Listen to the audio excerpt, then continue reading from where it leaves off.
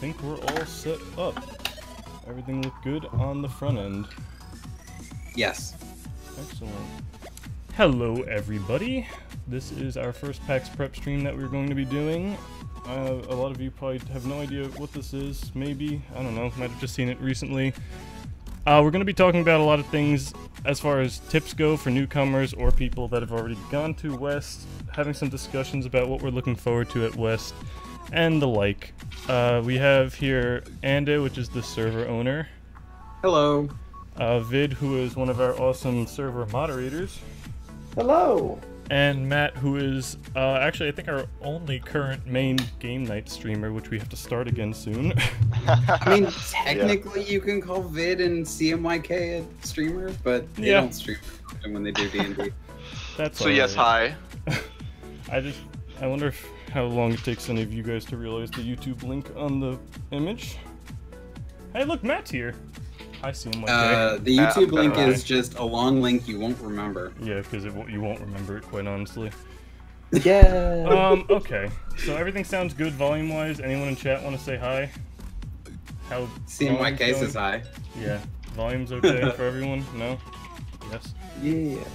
I would hope. Alright. If there's any problems throughout the stream, feel free to say something. Let us know. Yeah. That way we'll know for next time. Yeah, then I'm not changing it. Music could go down a bit. No problem. Apparently, I don't have link permission. I was gonna post the YouTube channel. Oh, because you're not a mod. Nope. That one. Music I can make you a mod. up. I don't know why you're not a mod on this hold stream. Honestly, I stream on it enough that. Yeah, you should be a mod. I don't. Oh. Alright, you know This what? is awful. Oh, here we go. There's permit. It's Figuring out identical things to the previous midstream. message. Alright. Alright, music should be lower now. If it starts to get a pain for anyone later on, we will just remove it, but I'm gonna keep it for a bit. What are you doing? Asterisks everywhere. I guess he's getting banned. So- For, like... Oh no. For anyone that's new on the server, we have a couple things going on for PAX West. Just want to say before we get everything started. If you go to that link on the screen, paxer.gg, that is our website/blog. If you want to get any shirts, PAX shirts, we have a West shirt and a classic shirt. Shirts. You can get 2 different ones right now. They're like 20 bucks or something, and that's cool. Both of them have pretty cool designs. They're our first, I guess, attempts, you want to call them? I don't know. You wanna rep yourself and tell them that you designed them? No, not really. Well then, I'm gonna say it. GFX designed them, both of them. Oh, cool. They're really fantastic. You can get yourself some pins. They're $4 each. We're doing cheap pins because we're not charging for profit. We're just trying to get pins out. So if you want pins, those are also available in the merch section of our site. And I think that's it. Oh, last but not least, what I wanted to go over, if you did not already see, we have this nice panel going on at PAX West this year. It's going to be a step up from our PAX East panel we had a couple of months ago. Prize information and all that garbage can be found on our Twitter, which you will also see on our screen. I call everything garbage. Everything is garbage to do. Quick mod me a post. I'll be the link poster. They're only prizes if we give them away. Otherwise, they're presents for us. So no prizes for anybody. They're all for us. We're just keeping. Just to answer a question in chat, we're not really allowed to sell things on site at PAX. So if you want them, what you can do is reserve them on the site on our website ahead of time through a Google form, and then you can pick them up at our panel or any other meetup throughout the weekend. I think that covers information. And actually, you know, I stole your spotlight. I was gonna give that to you, Andy, for that, but that's okay. We'll just move on.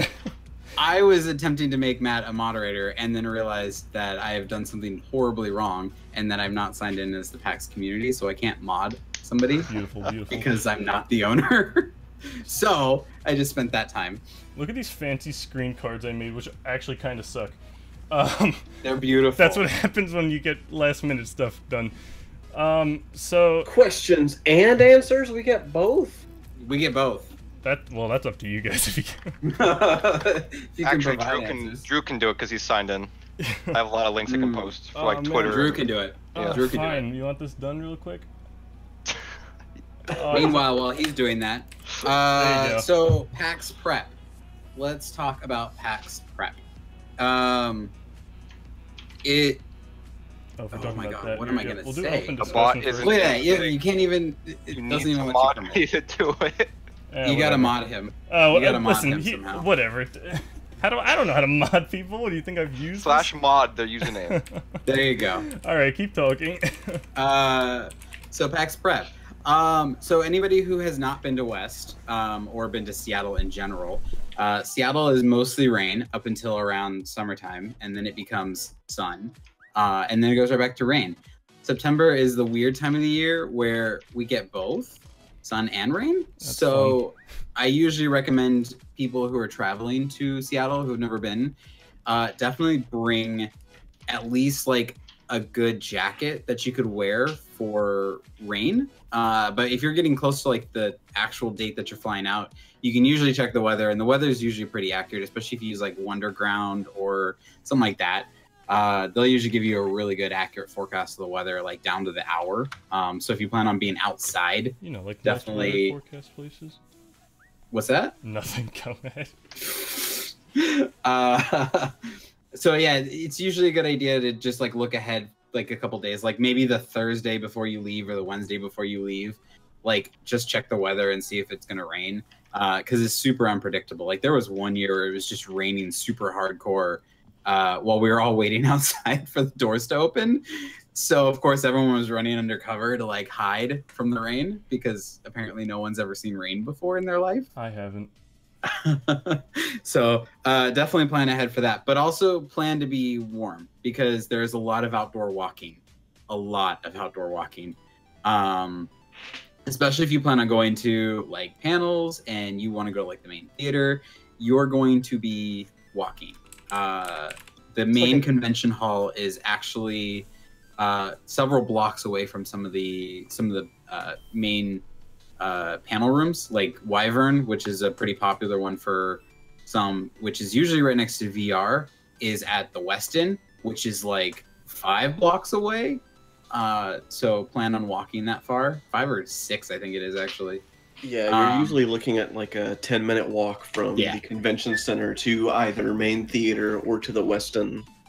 Yeah. So if you aren't good at walking or can't handle walking and it's like 85 degrees outside, you probably should, plan to dress light or drink water. Lots of water. I think we should have a counter for how many times we tell people to drink water. That's one. We got one. One on the. I'm not putting this up now though. Let's. No, you need to. Go into. Let's switch open discussion after, because I want to get this Q&A out of the way, because it'll get a good baseline for like things to talk about afterwards. Yeah. So, I was just starting with the weather, typical short starter conversation. I don't know. Okay. I Starter have for conversation. conversation starters. That's the word I was looking for. I have a couple of questions for all of you, and then one question in particular that kind of goes with different parts of PAX, but it actually works out because each of you kind of go along with them too.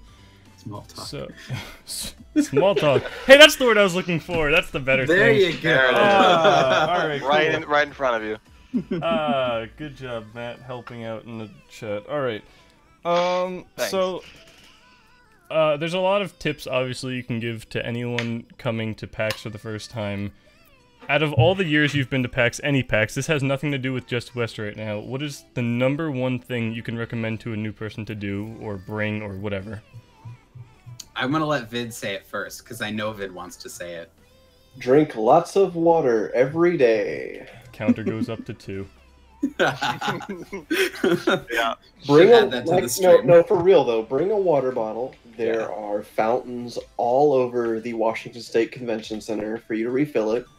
If you don't bring a water bottle, you can buy an expensive but incredibly durable one from the merch booth. They're super nice, though. They Yeah, are they really are. nice.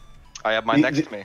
The story that I always tell is I have dropped mine down the stairs at work multiple times, and 3 years later, it's still doing great. Yeah, they're cool. They look nice usually, too. Yeah. Does everyone answer that? We good? No, just No, that was That was just oh, we're all basing that off of water. All right, okay. water. The most important recommendation of PAX. Change socks in the middle of the day. That's an interesting one that I don't think I've heard that much. That's actually kind of a good idea. I was I guess gonna say Avid Guru has the. when you're on your feet all day, you sweat a lot. I guess that's it's good for hygiene. It's good. Probably hygiene. if you have a hotel, maybe go back to your hotel. Maybe if you're sweaty or something, change clothes.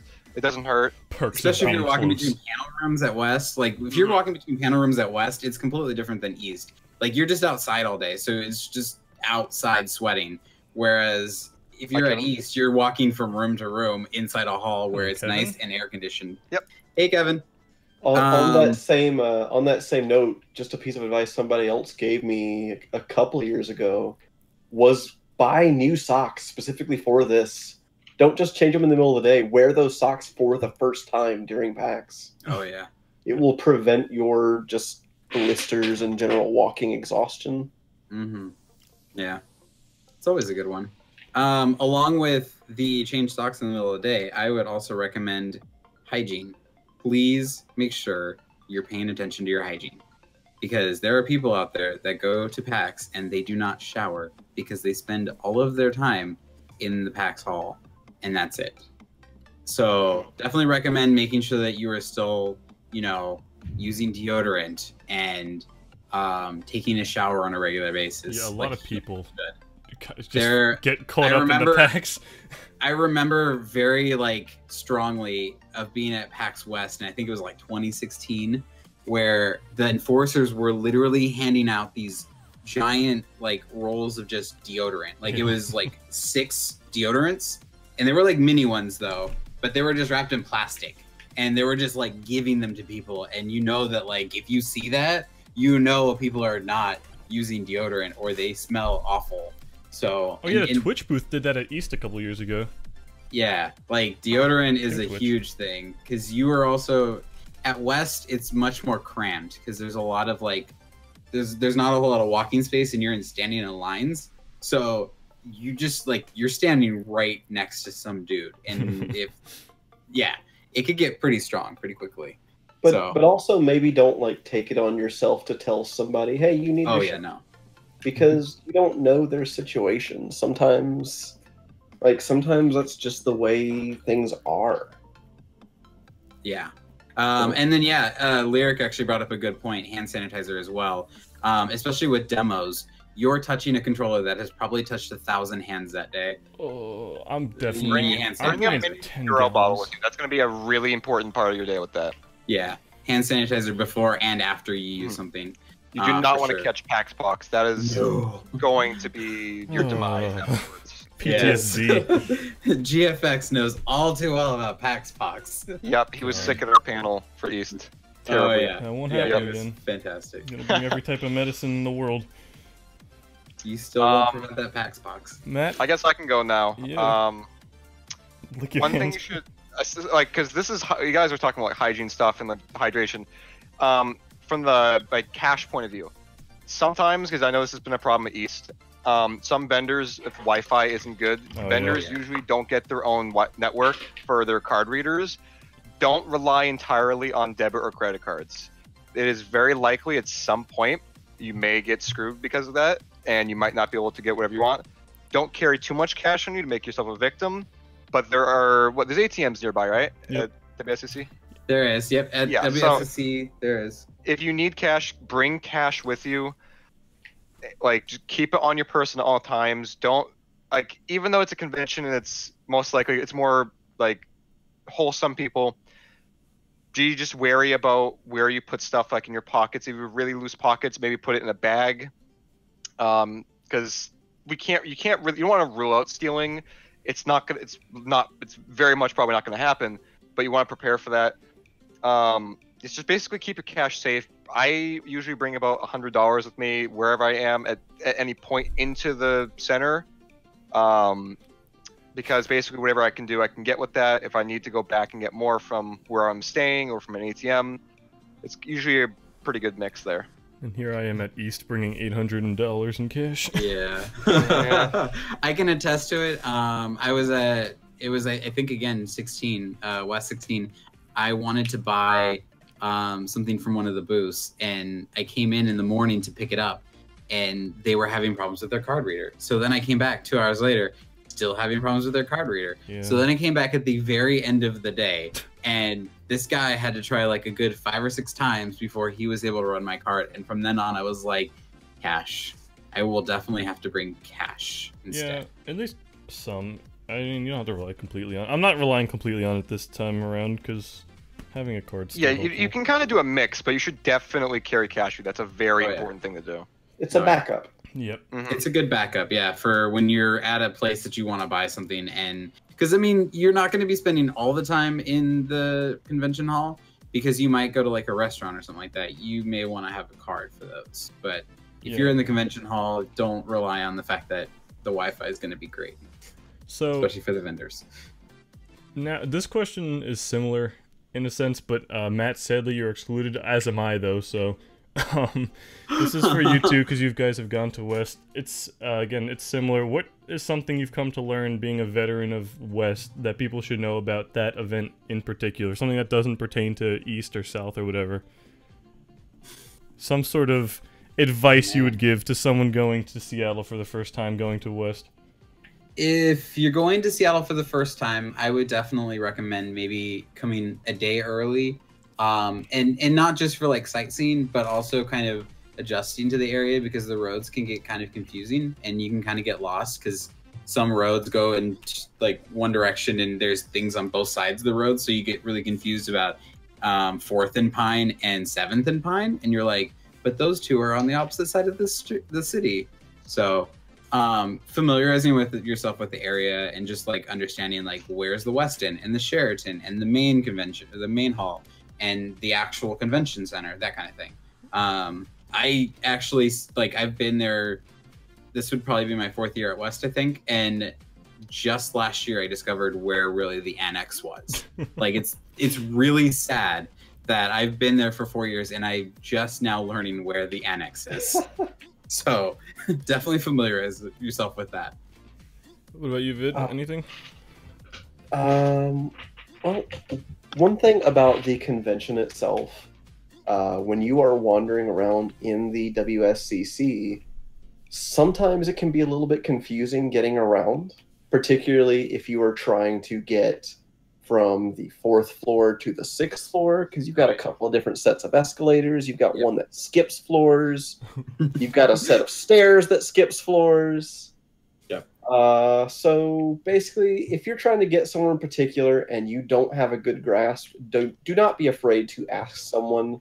Grab a friend who is more experienced, grab an enforcer, or just, I mean, even convention center staff. They'll be like, oh, you're looking for what floor? We can get you there. Yeah. And that's the... Oh, go ahead. Oh, sorry. No, please, go ahead. Oh, I was just going to add on, like, that's one of the confusing aspects of the convention hall is that the 5th floor does not exist. It's literally, there's nothing on it. You don't see it on any maps, but, like, there's a set of escalators that will pass by the 5th floor on your way down and up. And it's just the weirdest thing to be, because you're like, wait, what floor am I on and why is there nothing here? The other thing that is related is if you are in the annex, probably to play Magic or D&D, or you're hanging out with the PC free play folks, if you need to go back to the expo hall for anything, there is a better option than crossing the street, going up the escalators and all the way around. Because in the annex, there is what is called the secret entrance to the expo hall. And despite the name, it is marked on all of your PAX maps, and you can find it that way. It's just really difficult to find, particularly. Like, if you follow the maps, you can definitely get to it. But if you're just, like, generalizing where it's at, good luck. It's not obvious at all. It's just around this corner that you can completely miss. I think last year, Bethesda was over in that corner, and they had such a big booth that they covered over the entrance, so you couldn't see it from like the center of the room or like close to it. You had to like walk around Bethesda to find it. Kind of thing. It was really weird, and like that's how I actually discovered it. Was Lindy was with me at the Discord booth, and I saw a set of escalators. I'm like, what are these going to? And I walked up and I'm like, Oh my god, I've just discovered something. I shouldn't be here. I shouldn't be here. Can I drop one more thing for West? Yeah, go ahead. Yeah. Do not be afraid to leave the PAX blast radius when Oh you my need goodness. to eat. Oh yeah. Because there are so many good food options in downtown Seattle that will have less lines, better prices, and frequently better food if you're willing to just walk a few blocks even. You Unless have wanna better buy options. Dick's. You have better options than the things immediately surrounding the convention center. I think Dick's isn't in the blast radius, right? They're off in Capitol Hill. Yeah, I was gonna say Dick's is definitely clear the blast radius, and if you've got time, it's definitely worth a visit. Definitely worth it. But they take cash only. Wait, no, they actually. That's right. They changed over. They started taking credit cards, but they were cash only before. But they are definitely a place to stop. Like it's such a good like little drive-in area. Yep, So. you gotta go get a bag of Dick's. Get a bag of Dick's. That's good. It's the best name. Twitch is gonna love this stream. I know, right? Dick's Burgers, by the way. Just gonna put that out Yeah, there. not the Dick's sporting Burgers. goods store. Not the sporting. Yes, I'll have one burger. Dude, we only sell shoes. What are you doing here? I can give you this basketball. Right. I mean, I don't think you want to eat it, but that's your choice. That's your choice, I guess. So I've heard this a lot, and I feel like I know the answer from all three of you because I know two of you at least from in person, and I have a feeling you have a similar ideology, Vid. If or when you go to PAX, bag or no bag? Oh, this is Yeah. I'm gonna go be the odd first. one here. I suggest a bag, but when I suggest a bag, I suggest something other than what I actually do. So I don't even follow my own recommendation, but I recommend a small light bag, something that you can carry maybe like a couple snacks in, maybe some pouch drinks. But typically you're going to end up walking around with a bag from a vendor, especially like last year it was the Amazon bag, which was the largest thing humanly possible. It was probably about as big as a person. And you ended up getting it for free. Like some people were just giving it away. So you end up with that bag anyway. So, but I always end up bringing this hefty backpack that carries like too many things for me. So I may have to switch over. I'm like the same way as you. I always recommend people bring like a lighter weight bag, and here I am with like a 30-pound backpack walking around the entire event. Well, you have pins and stuff, and you walk around with everything. To be I mean, fair. I get that, but like I don't want to. Like none of us want to carry around a big backpack, but that's what happens. So I think it's a little more complex too, because like, hey, maybe you're staying at a hotel nearby, in which case you might be able to get away with just a light bag to carry your water and stuff like that, and drink water every day. Counter to 3. As you say, But, right now. And that's the thing. So if you buy merchandise and stuff like that, you can just go back to your hotel and occasionally drop it off.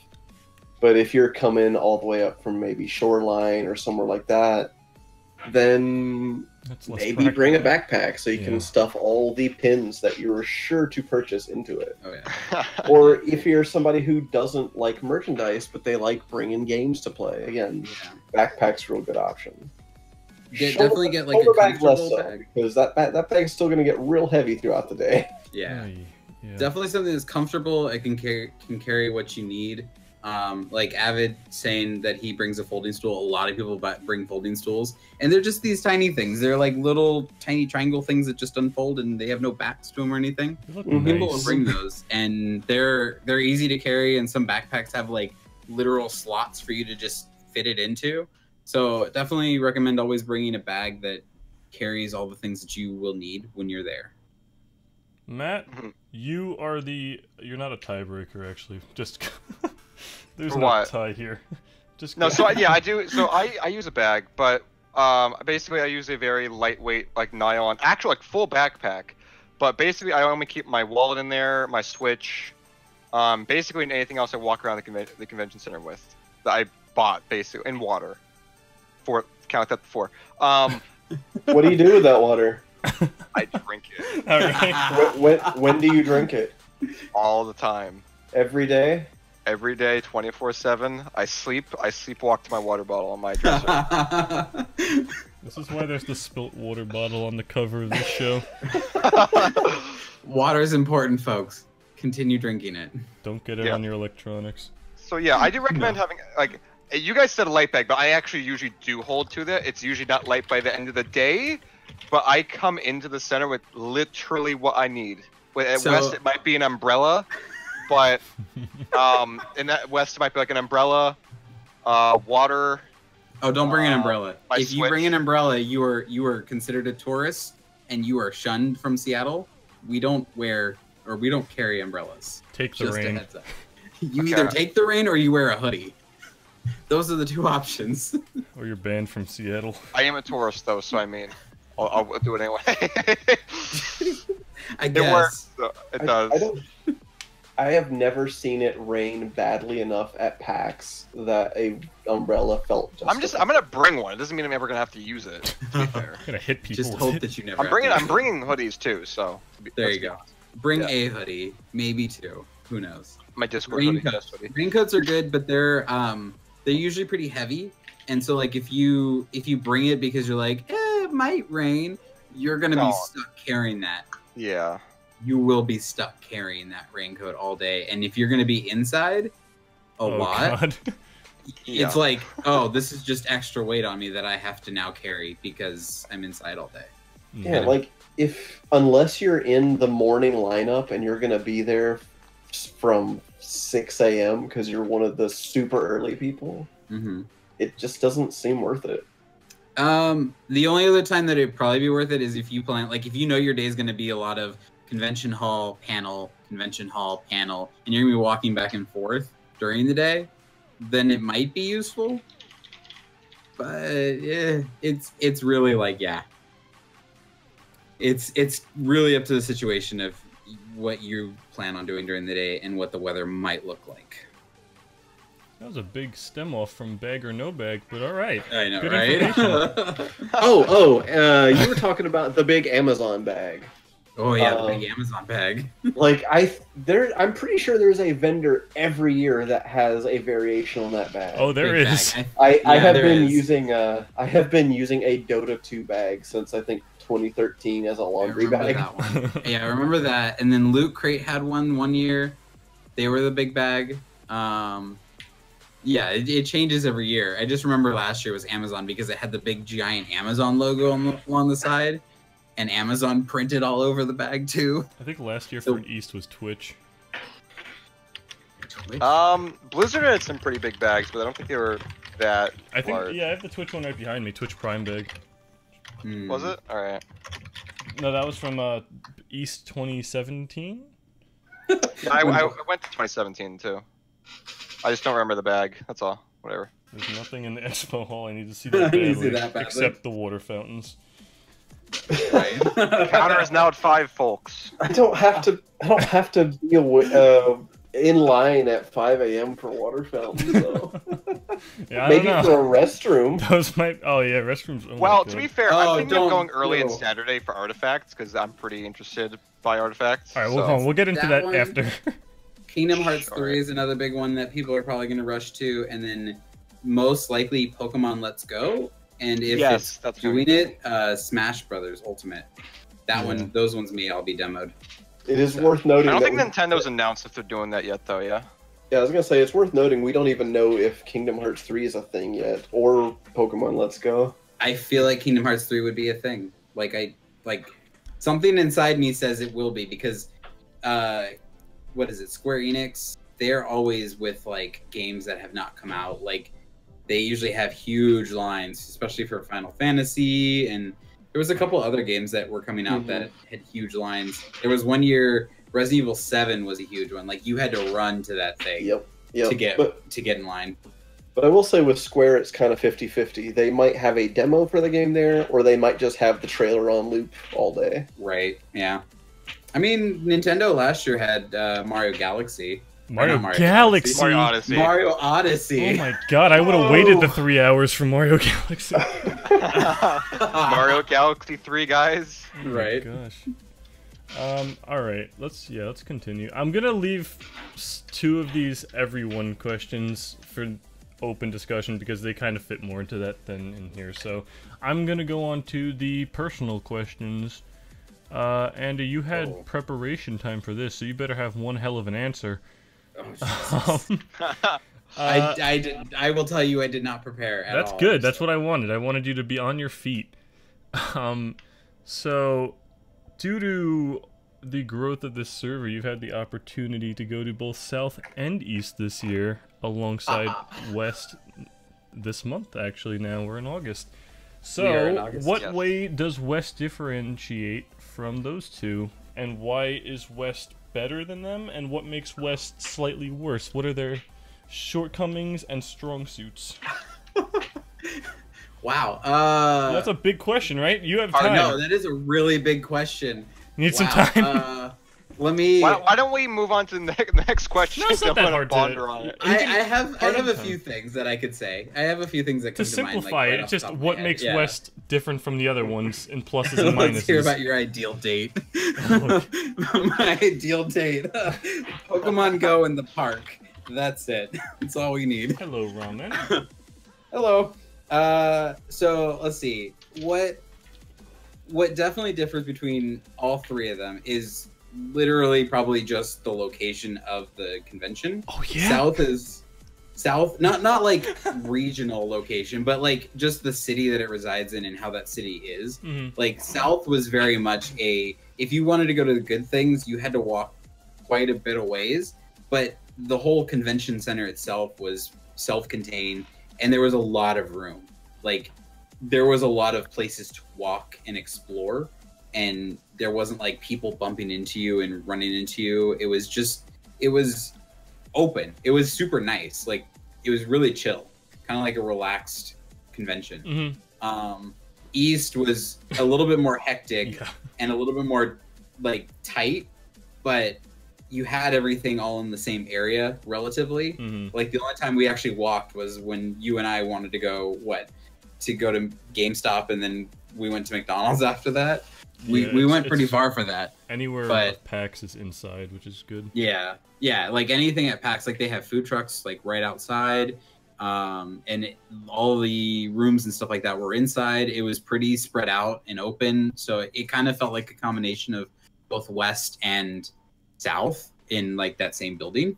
But then you get to West, and it's like it's super cramped in the convention hall, but a lot of what's great about West is the exploratory feature. Like you don't spend all of your time in this cramped hall with tons of people.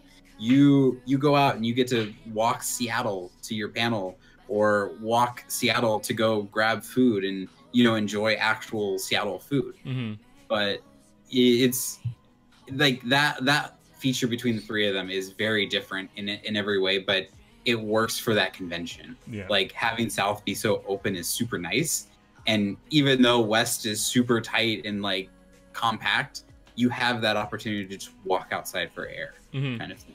So I think what PAX and Penny Arcade and Repop do really well is making each event unique kind of to their area.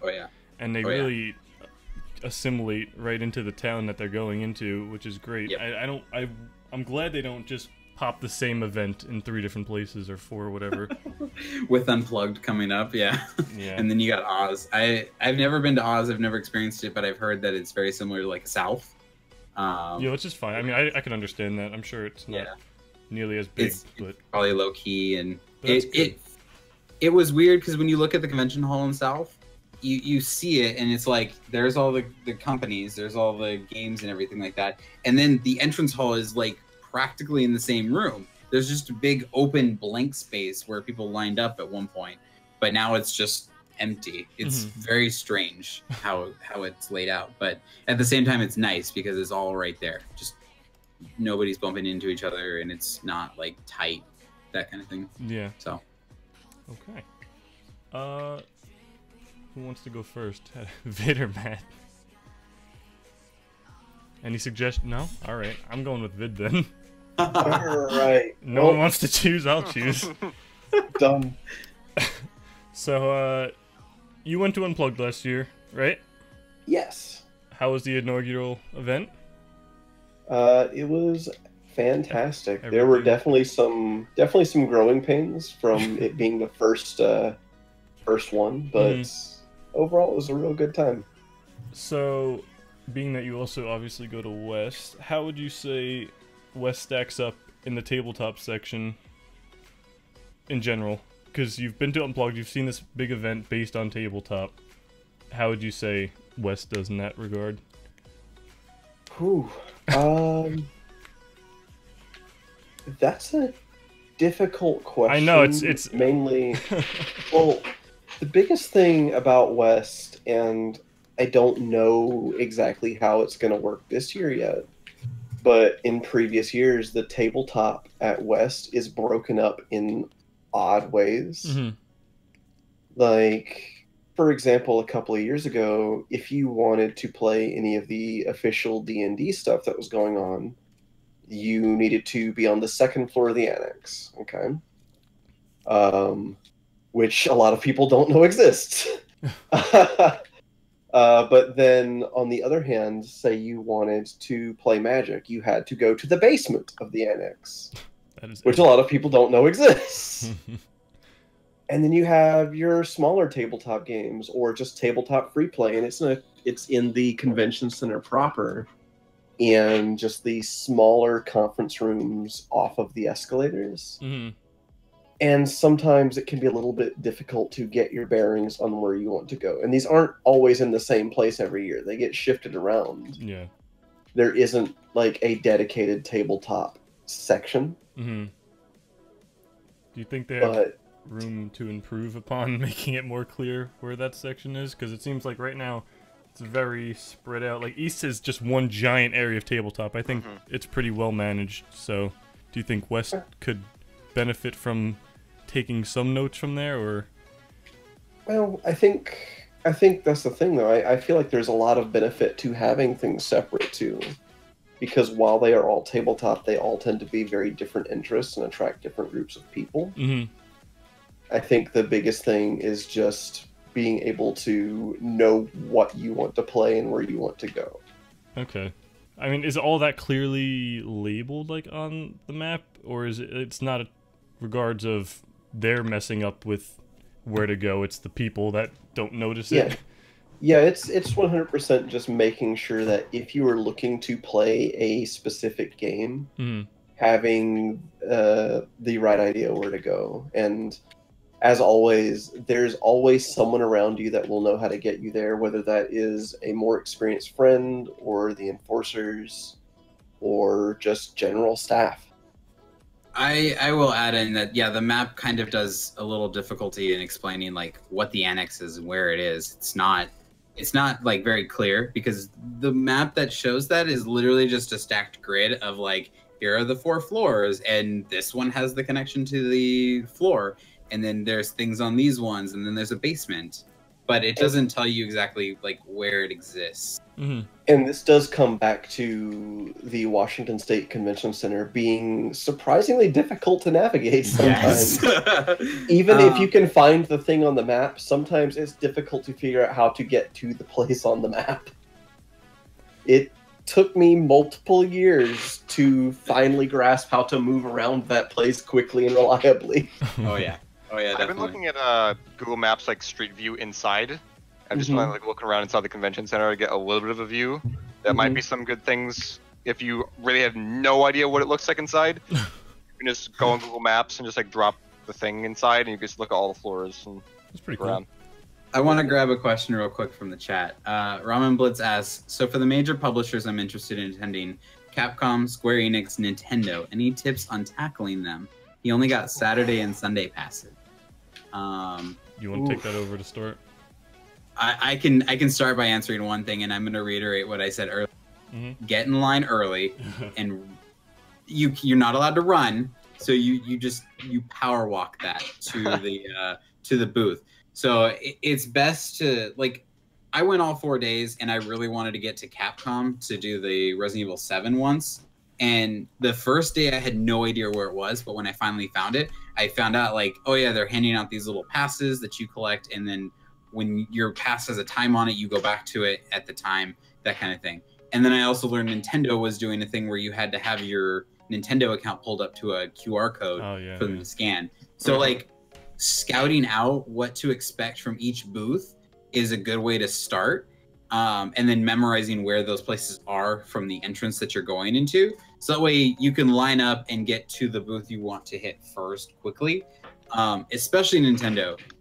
There is no Wi-Fi in there. And pulling up your account while you're standing in line, while people are just like scanning by real quickly, you need to have that pulled up fast. So I would recommend that while you're waiting in line, you pull up your account, maybe even screenshot the QR code so that you have it, and then when you get there, you just boom, boom, boom, you're signed in, kind of thing. And Nintendo usually is favored at the front of the hall, so it's pretty easy to just get in and dart to the Nintendo booth pretty quickly. So another thing is, if you've got this list of publishers that you want to tackle, be prepared to have that moment where it's like, I just can't see these guys. Because when you're choosing the biggest names on the list, there's a couple of things. Like, number one, everybody is going to be rushing there because everybody wants to play the new Smash, everybody wants to play Kingdom Hearts 3, whatever. And that's going to, number one, it's going to cap very quickly. Oh, yeah. And there's a real good chance that by the time you get through the first one, like, the other one is just impossible for the day. Yeah. Right. That is the downside of the big publishers. And the other thing to keep in mind, and this is a personal preference thing, but it's one that I'll always harp on, is in the case of the big names, usually they are showing you titles that will be available very soon. Very soon. You've got to decide if it is worth it to you to travel all this way and spend all this money to spend 10, 15 minutes playing a game that you already know you're going to buy in a few months anyway. Especially with a 2 or 3 hour wait. Yeah. And then how early to show up to line up? So the general rule of thumb is that line starts at 8 o'clock. I've been in the line at 8 o'clock, and I'm only going to use past experiences to sort of show or to predict what it would be like. But 8 a.m., usually you're probably within the first 200 to 300. That's, like, it sounds very like ominous, but like for me, the day that I lined up and I was there at 8 a.m., I hit Nintendo first, and I was able to get a code to come back at like 1 o'clock. And then I rushed over to Resident Evil one day, and it was another one. I got like 2 o'clock or something like that. It was pretty early. So like that 8 a.m. is pretty good. There are people who have, yes, like Lyrica said, lined up at 5 a.m. and 6 a.m. You're pretty much guaranteed like top 10 or top 50 by doing that, but you're also not going to be lining up where you're allowed to, because they don't literally start queuing until 8 a.m. Yeah. So like when you're lining up at 5 a.m., you're probably going to be outside the convention center, or in like the main lobby area. You're not going to be like in an official line. You're in sort of a, we've all stood here because we all want to get in first kind of line. And with that in mind, you may very well not have the place in line that you think you do. Yep. It's like, oh yeah, I'm right here. It's like you're nowhere. You may just get shifted over here. This line may go. You made up that line. Until enforcers start lining you up, do not believe you have any particular place in line. Nothing is guaranteed unless you're in an actual official queue. Yep. Yeah, and again, this all comes down to, is it worth it to you to lose sleep over this, to burn that much energy that early? PAX is definitely, even if you're only there the 2 days, you are there the 2 days that are the heart of the convention, and PAX is a marathon, not a sprint. Yes, it is. Drinking lots of water. Drink lots of water every day. That's now 7. Still counting. Anyway, resume. But Yeah. oh, I was gonna say Oh, on that hopping off that too. Again, this is entirely personal preference. I think you said this was your first PAX.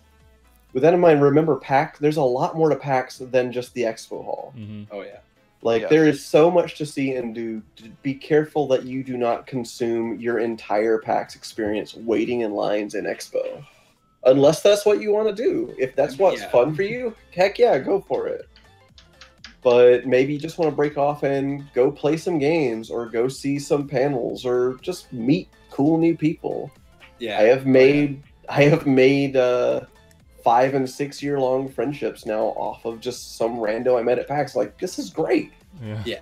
Oh yeah, definitely. I definitely would reiterate that is don't think of PAX as like, oh yeah, I get early access to these games and I'm gonna line up for these huge AAA companies kind of thing. It's very much a community thing, and that's where this server came from. Was it's the community around it and not just the publishers bringing in the games. There's a lot of enjoyment with meeting new people. when I went to East for the first time, I made friends at the Pokemon games, like the Pokemon trading card game area. I played a couple of Build-A-Deck rounds, and I just made friends, and I still talk to them today. And we hype about Pokemon because that's what we're into. And you could do that with pretty much any place that you go to. Even like the PC free play areas, just grouping up with some people, random people, you could make friendships out of that. So now we're getting all sentimental. All right. We'll get to the last question before we go into just talking about whatever anyone else wants to talk about. So last one is for Matt. Mm-hmm. I bet you've been waiting desperately. Very long. Your juicy Very long time. question. So, I mean, like me, you're going to West for the first time this month, and you've only gone to East previously, right? Yep. So, what about West are you looking forward to the most, coming from just going to Boston's convention originally? Believe it or not, it's not entirely even a Don't say the panel. Do not say the PAX panel. aspect. I'm excited just to visit the city. I'm actually meeting up with a friend I've known basically online for 6 or 7 years. That's cool. Just meeting up because he's going to PAX. He's going to pick me up in the airport. We're going to stay in the hotel together. It's basically meeting people. It's that social aspect. Even then, like there's just so much. Like even though I might not have met them at PAX, like you can just meet people in the most random ways. It's the community. It's a big thing, and I'm looking forward to seeing that. What? Sounds hot. No, lyrics sounds hot. Okay, no, but it's a big part of PAX, and I definitely felt that East. But basically, from what I know, every PAX has their own atmosphere, and I can definitely tell so far this is definitely going to be a different PAX. I'm looking forward to that difference of experience. Also looking forward to getting lost about 30 times in the expo. That's alright too. I already. Oh man. Correct me if I'm wrong. What I've seen, because I've taken lots of different people to PAX. Like I was the starter of PAX for like my friend group of going. It always has a, and at least in my group, you guys might have different experiences. It seems like the first year you go is about the convention strictly, almost like about seeing as much as you can, getting as much as you can. And it seems like the recurring years that I've brought my friends, like the friends that have gone 2-3 years now with me, it's the second year that you get into the community more and start to delve more into the different like smaller aspects of PAX, like the forum stuff, the Discord, of course. That this was just started last year. Last year. But yeah, I mean, more community aspects the second year. I don't think people think about that as much the first year. Is that anyone else vouch for that? Or is that? That's exactly how East has gone for me. I totally get that. That's why I'm looking forward to that at West. Even if it's your first of that PAX for that region, you still have that PAX like experience. It is a different experience, but you still went to another PAX. You get that same. You know what you're kind of getting into more closely at that point. Yeah, I would definitely agree with that because. And I said this at the South panel when I did the PAX 101 panel. We talked about like our first time at PAX, and my first time at PAX was at West. It was a couple of friends of mine who brought me. They were like, here's a Saturday pass and a Monday pass, and then they brought me, and the first time walking into the hall was just like, it was mind blowing. Like to walk in and just everything. It was the same feeling I got at East. It was crazy. Oh like, my god, the East escalator feeling. The East escalator feeling. Because is you go great, down that like the glass doors, you go down that escalator, Yeah. take the whole floor It's up. insane. It's Exactly. like it's a real experience because you can see the whole expo floor from there. 'cause Right. West has the same feeling, but not as like, it's not as like you're going down this escalator into the madness. You are literally walking into the madness. So you are actively pushing your body towards this insanity that's right in front of you. That was the weirdest description of it, but that's what happened. Is that they brought me there, and then we walked in together, and then they're like, "I see ya," and then they walked away, and I was just like left to like explore, and that's what I wanted to do. As I explored the convention hall, and then year 2 came around, and I bought 3 days I think for year 2, but I spent more time actually like wandering around the convention hall than I did wandering around the actual panel, like the floor with all all the con stuff.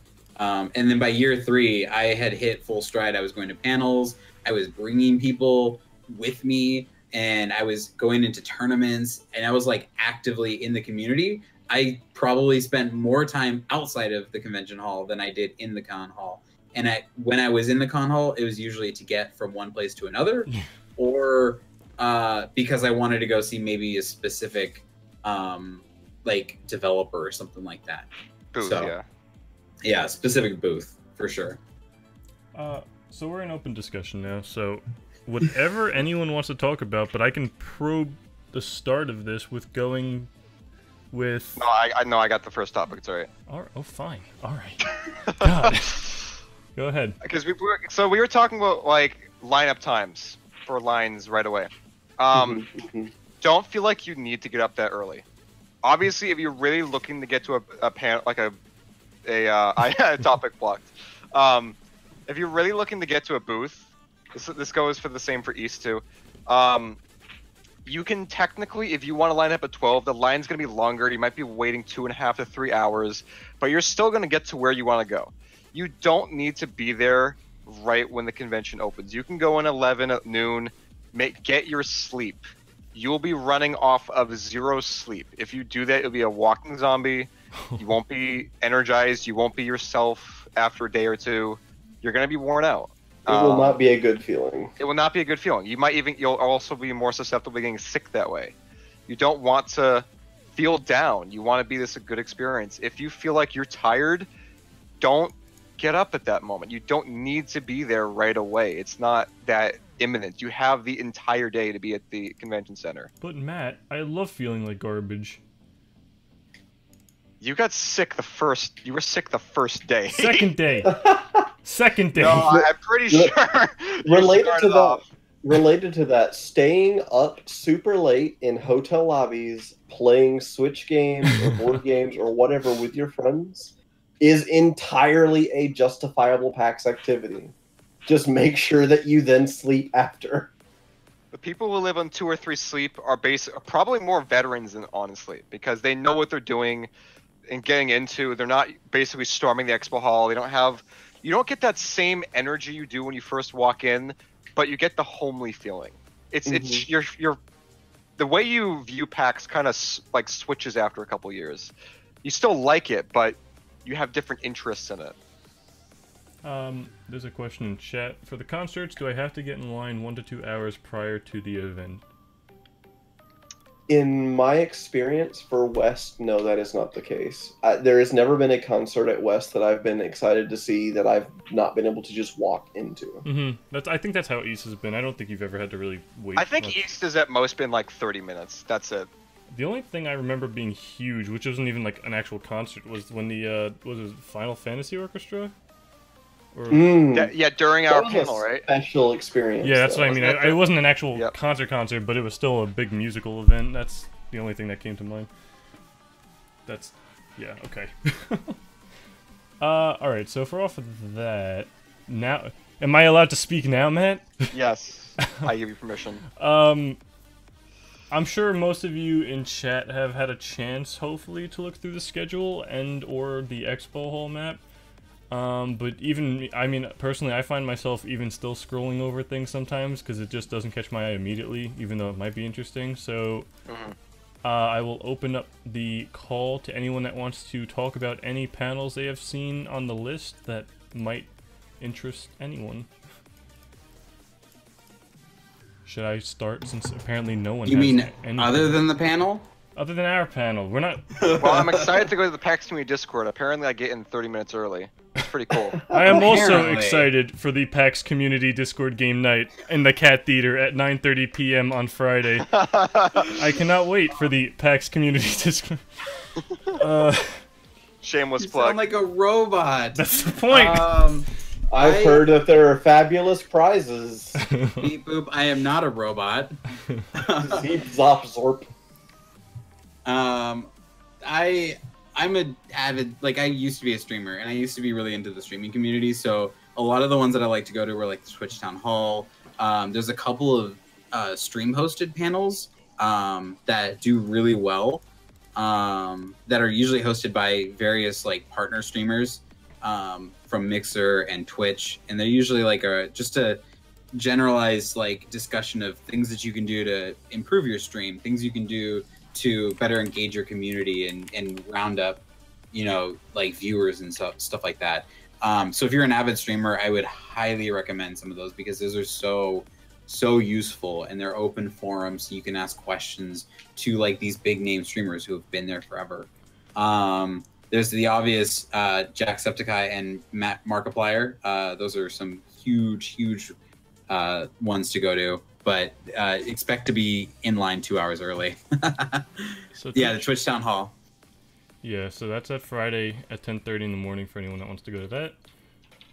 I figure I could pull some of this stuff up so people can see. Yeah. And know when to go. Twitch Town Hall is not more focused on actual streaming.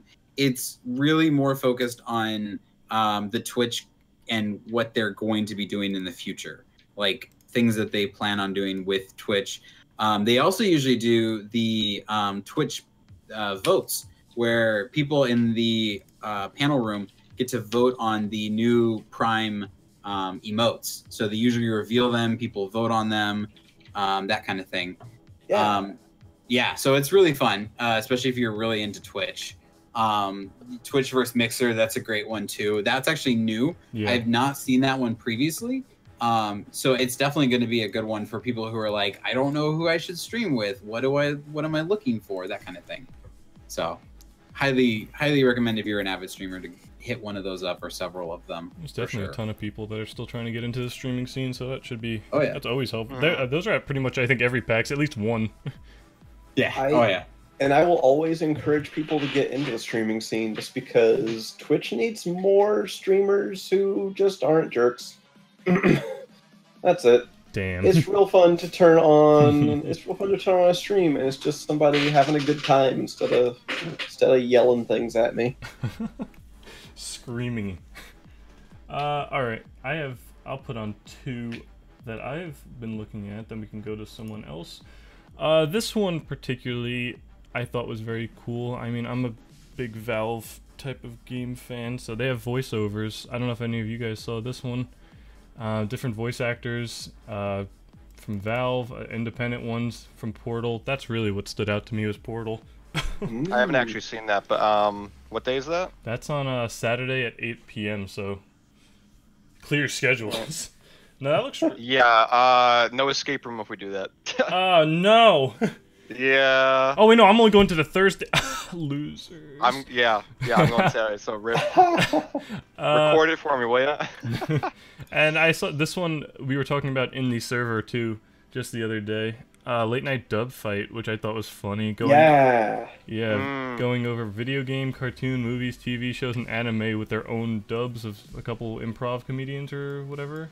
Voice I was gonna say, who's on the panel? Ian Horner, Brendan Derry, Jacob Burgess, Molly Lewis, Corian Dickinson, Allison. You know all these names, right? Yeah, I was gonna say most of these people are Loading Ready Run folks. So it's a comedy troupe out of Canada. That's good though. Yeah, they're real good, funny folks. Yeah, I've been to a lot of panels. Actually, I went to a pretty decent amount last year, and a lot of them are very dull and very fact-oriented, I guess you can say. It's always good to have some comedy stuff going on. Anyone else have some panels? Yeah, I guess so. Obviously, Omegathon. Omegathon is a big thing. If you don't know what Omegathon is, it's basically a tournament that runs tournament-wide, convention-wide. It seems at West there's 2 Omegathon tournaments per day. Oh my god! I think there's 2 I think per it's day. usually 2 per day. Why am I not in the There's only Omegathon? 1 per day, so that's why I was confused at West. But yeah, so it's basically a tournament that runs a certain amount of PAX attendees who go all 4 days and check a checkbox when they get their tickets have a % chance of being called to say, hey, do you want to be in a Meganaut?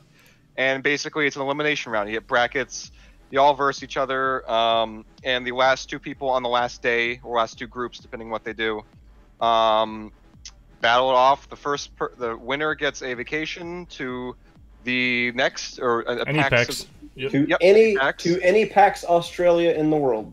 Yep. Or the second place winner gets to come back next year, guaranteed in the Megathon again to re-challenge for first place. And even if you do not care about the Omegathon at all, I will always recommend, especially if you've never been, to hit up the final round, because aside from being the end of the Omegathon, it's also just a really good closing ceremony for PAX. It is a heck of a way to end the weekend and feel awesome when you're leaving, instead of just quiet and sad. Quiet and sad. Quiet and sad.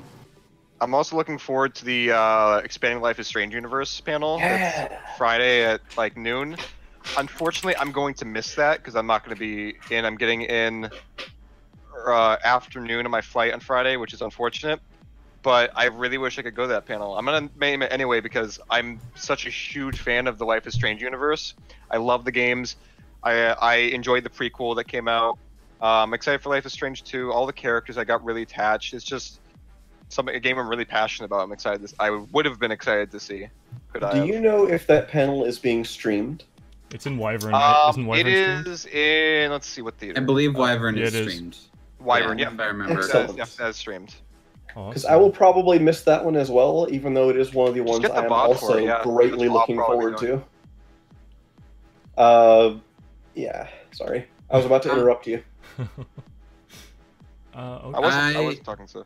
I was well, I would suggest outside of panels, something that's on the schedule that you can see now. Definitely, well, let me go back to panels real fast before I say my other thing. Panels, if you're in the LGBT community, there's always good LGBT panels that go on, especially in the Cat Theater. Cat Theater is very LGBT heavy panels as I've seen in previous years. So if you definitely are looking for LGBT themes and concepts and stuff, definitely recommend their cosplay as well. If you're a huge cosplayer, we have a lot of cosplayers in the Discord server.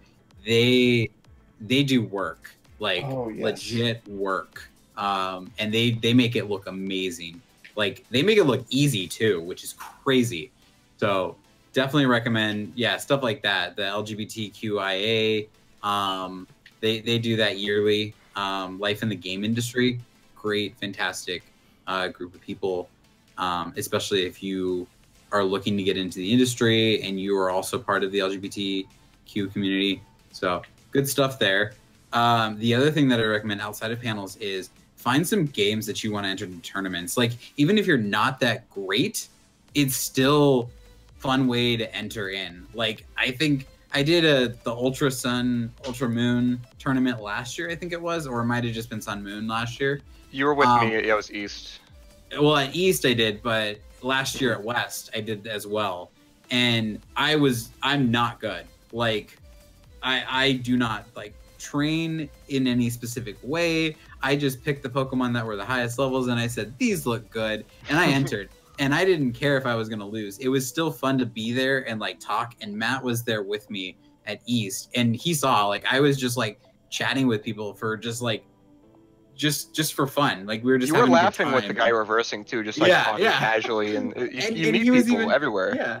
and he was making comments about how like I had a legit like good strategy. It was just that I wasn't really like trained up to do something like this, especially with like the IV and the EV training, whatever nonsense that is.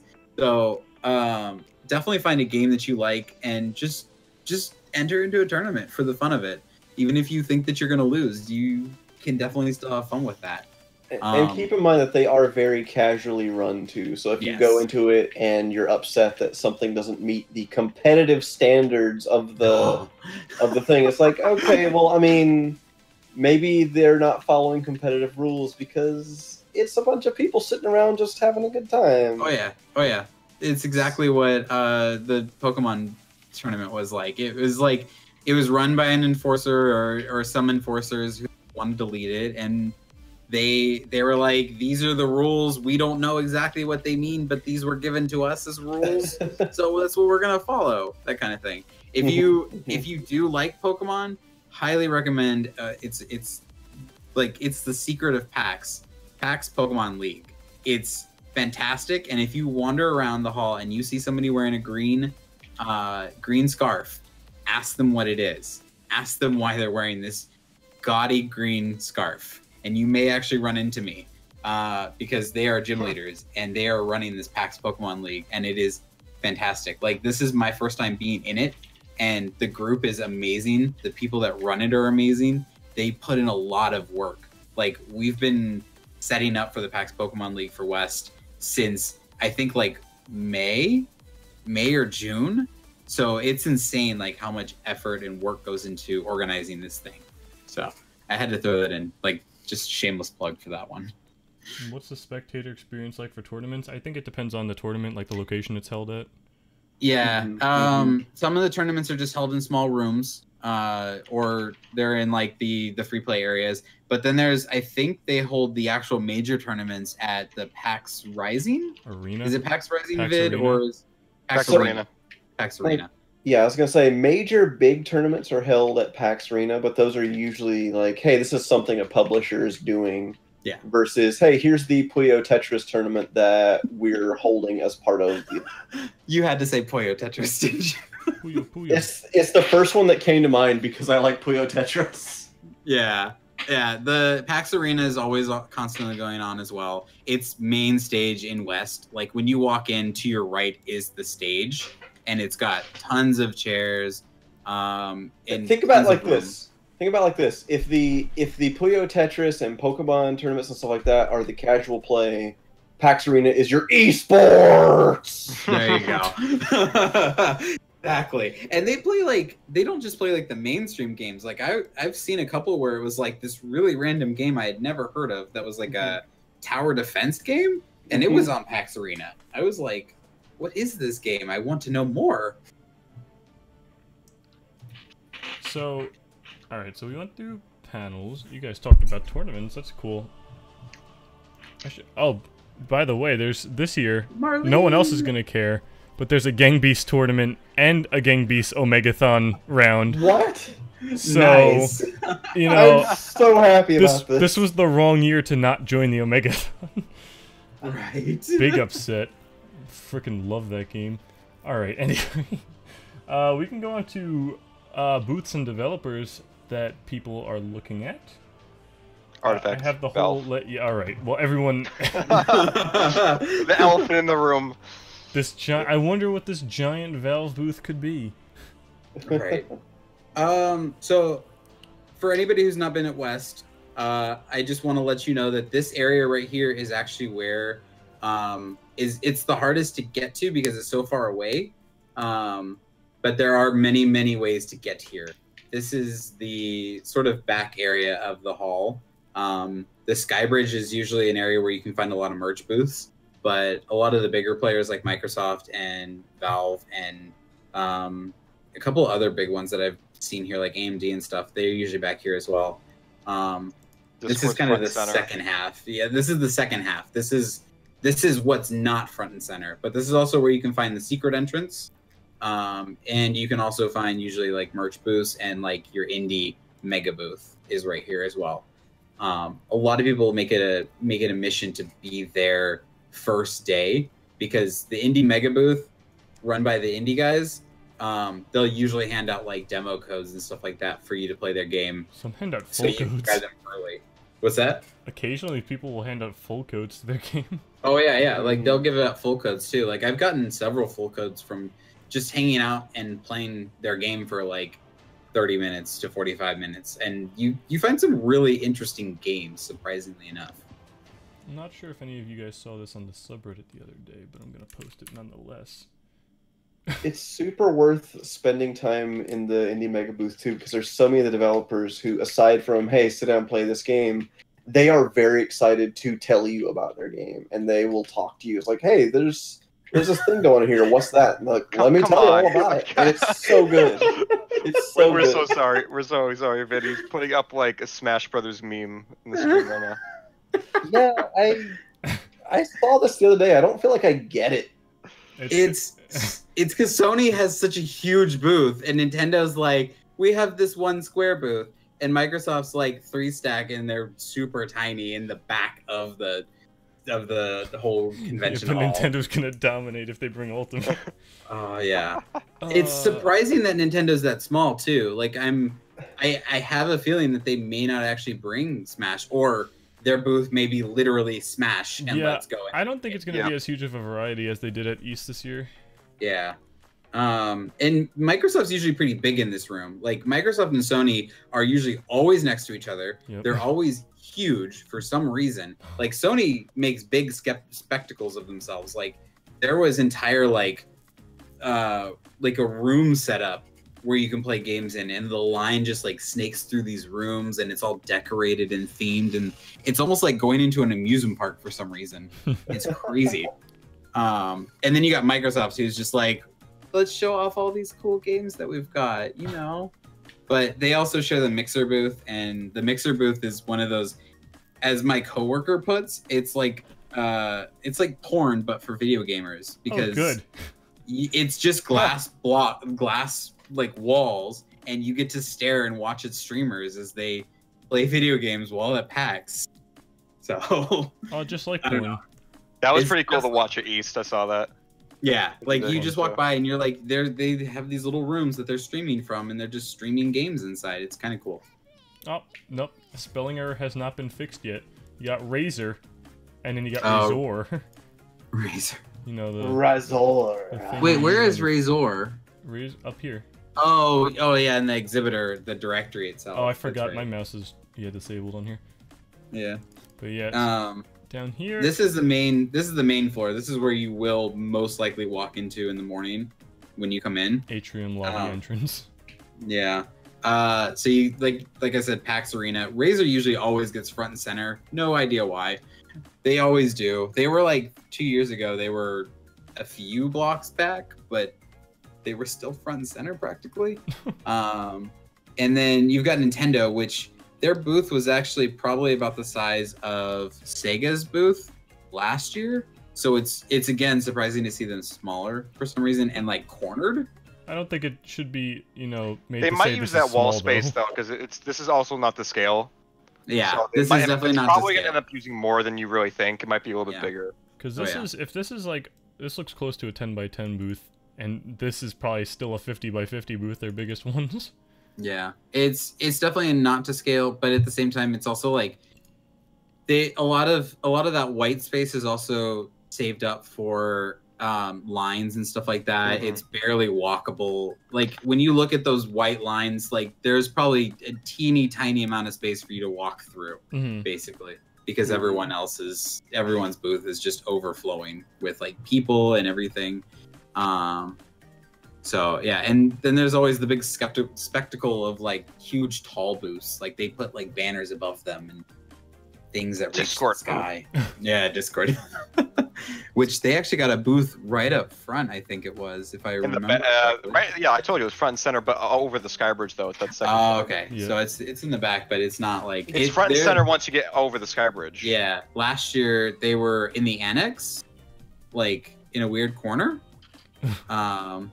Like I could not find them for a long time. Like I was like, "Where is Discord? I need to find them." I mean, and every year they're stepping up their booth game. yeah, their booth is getting bigger every year. Their East booth, like they were last year, like way at the back of East toward tabletop. This year they are literally front and center as well. Right in Much the bigger center booth, of the like 3 hall. times larger. Yeah, they're getting bigger every year. It's crazy. But it's And they were a big sponsor last year too. Yeah.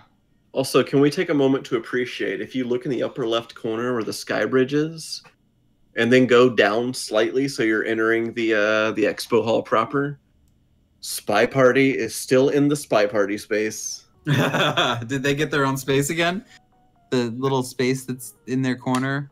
Yeah, like I don't think I've been to a PAX where they're not in that corner. Yeah. And Every I'm year glad. I've always noticed that. I'm so glad, because number one, it's a really good spot to see the game. Yeah. And that's one of those games that you don't get it until you see it. And they're also always next to Behemoth. And so like there's tons of people over there that can see it because they're going there for Behemoths. Even though Behemoth's booth has never changed. As far as I've been there, it's never been different. Every like 5 years they change the game being shown. Yeah. But And yeah, that's you go there because they have sweet merchandise. Oh yeah, they do have really good merchandise. And if you're into pins, they have the machines where you just put money in there and it spits out pins. Yeah, I got one from there. It was too much. I love and hate the gamble of it because they're cheaper, but whatever. Yeah. I'll just pay my also $50 Also, a secret thing to know about this room right here. If you go to where Spy Party is, there's actually doors over there that bring you to a staircase or escalators that will bring you up and down to the first floor. So if you are like in the middle of the floor and you need to get out and you want to go to the first floor, right there in that corner is a doorway that leads over there, and that's usually also where Child's Play is right there at that area. So hey, if you guys don't know about Child's Play, it's an awesome charity. You should definitely go check it out when you're at PAX. Thanks. Yep, definitely. Also buy their merch online at pennyarcade.com because it still goes to charity if you buy it there. Or you can buy it at the show if you don't want to pay for shipping. True. Child's Play is Very awesome. true. I love their merch. And you can go see Eric. You can go see Eric, our favorite person. Our favorite former Penny Arcade employee. Who does Child's Play. So, Sixth floor. Oh, no. Proceed. Go ahead. No, never mind. Oh, you sure? Not important. Not important? It I is feel like not it was important. I feel like it was important. Nope, it is becoming less important by the moment. So the sixth floor. This is a huge recommendation for people who are looking for games to play.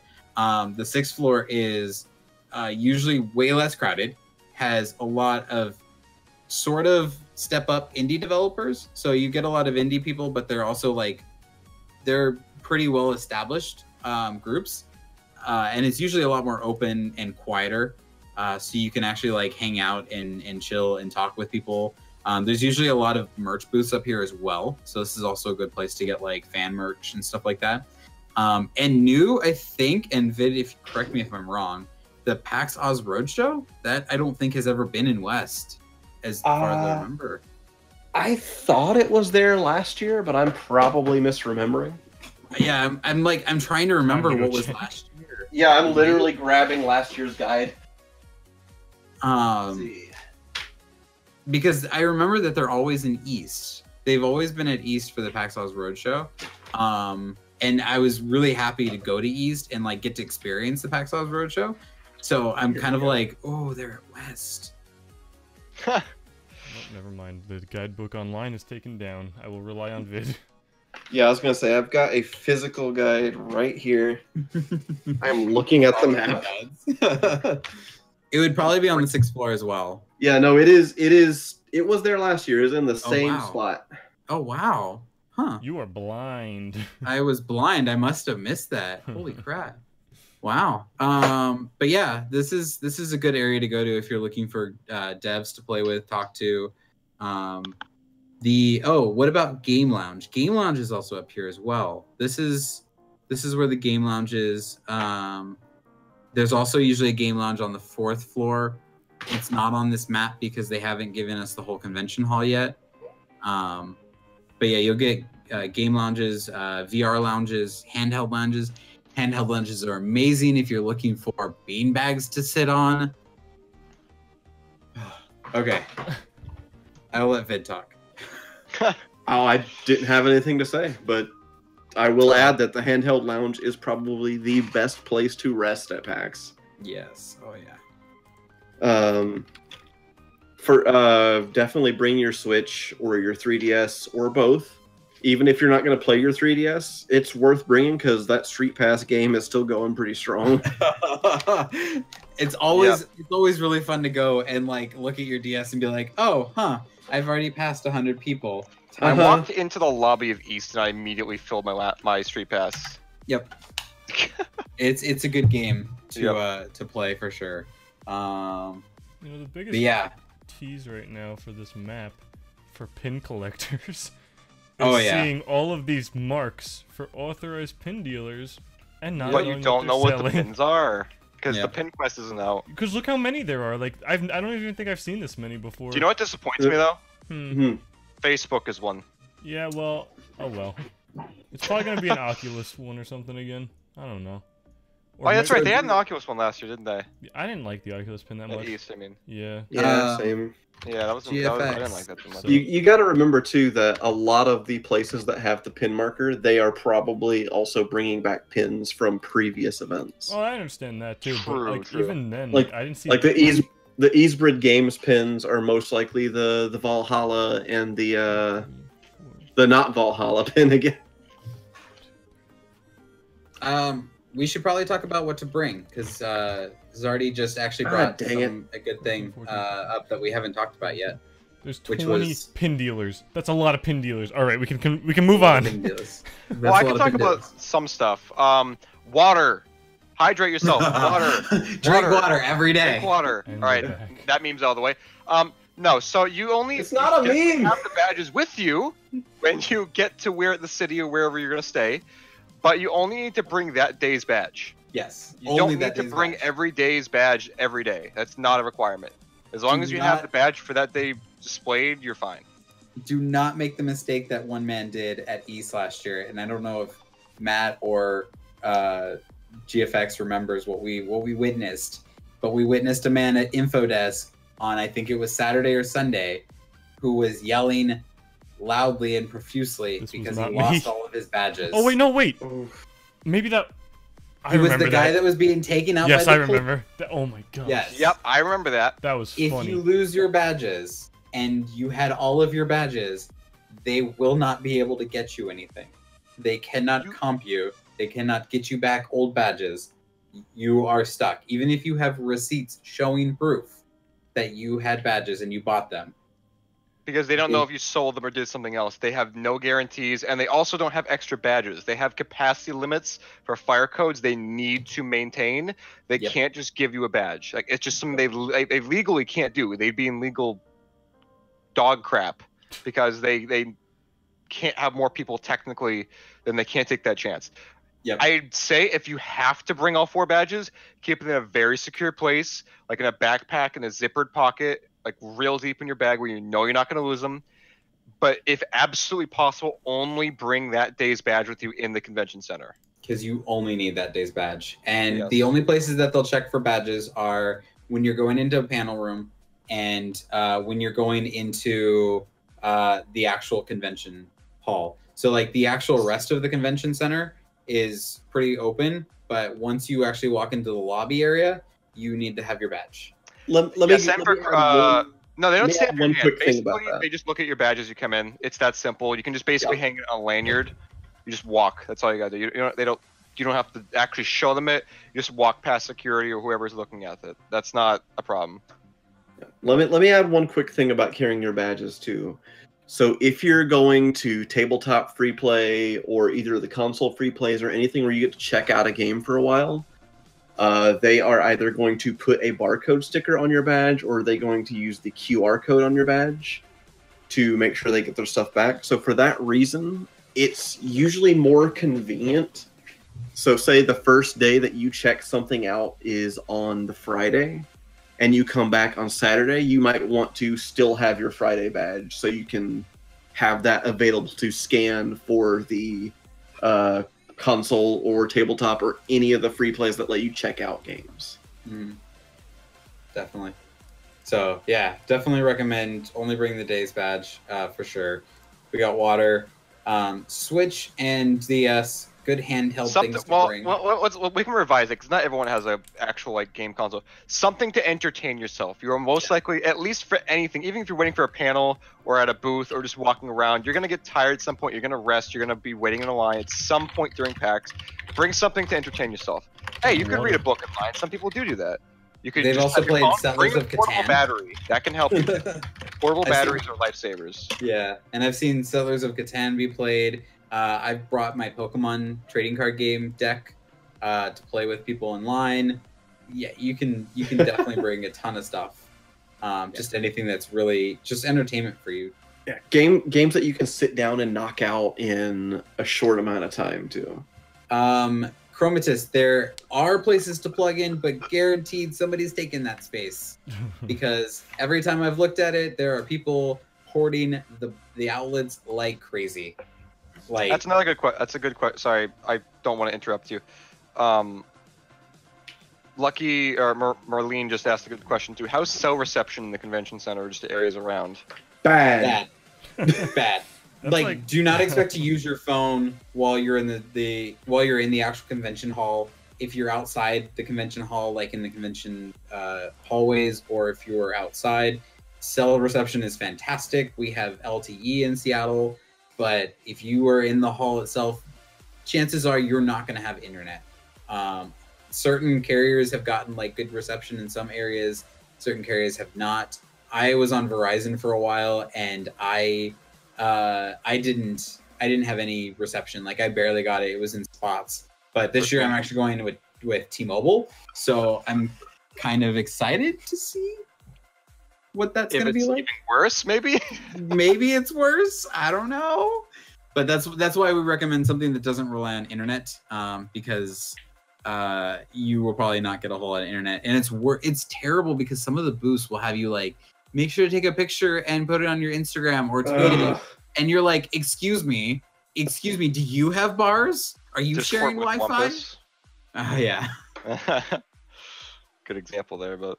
And if you're using iMessage or Hangouts or something that sends messages using data instead of cellular, sometimes you might want to go into your settings and force it to switch to SMS directly. Yeah, Discord is also another big one as well. I remember at East and at South, I had a hard time getting on Discord sometimes to message people who are looking for me. So I'll put it right here for people. If you are looking for myself, Matt, or GFX at all during the convention because you want to meet up and we do not respond right away, chances are we're probably in the hall and we probably do not have reception. So please forgive us if we don't respond right away. But feel free to like let us know that we will definitely like. Honestly, we will also regularly post up status of where we are located, when we'll be there, how long we'll be there. So you will always have you'll have an update if you are looking for us specifically because you bought pins or you want to get your badges early, that kind of thing. We will try to be available. So Zardy, VGC20 asked again, like what people need to bring. I'll lightly dabble over it because I'm assuming they just came in. I don't want to reiterate everything we've been saying again. Bring water. Water is really important. We'll keep saying hydrate yourself. Bring water, maybe 2. Something to keep you busy in lines. Be that 3DS, Switch, maybe an offline app on your phone, a book, something. Bring portable chargers. Have something that you're comfortable to carry. If you're fine not wearing a bag, that's fine. Bring snacks. Be prepared. You'll be on your feet all day. There might not be somewhere to sit. So just like kind of think about all these different things. Also, bring your badge. Bring that day's badge. That's kind of a necessity.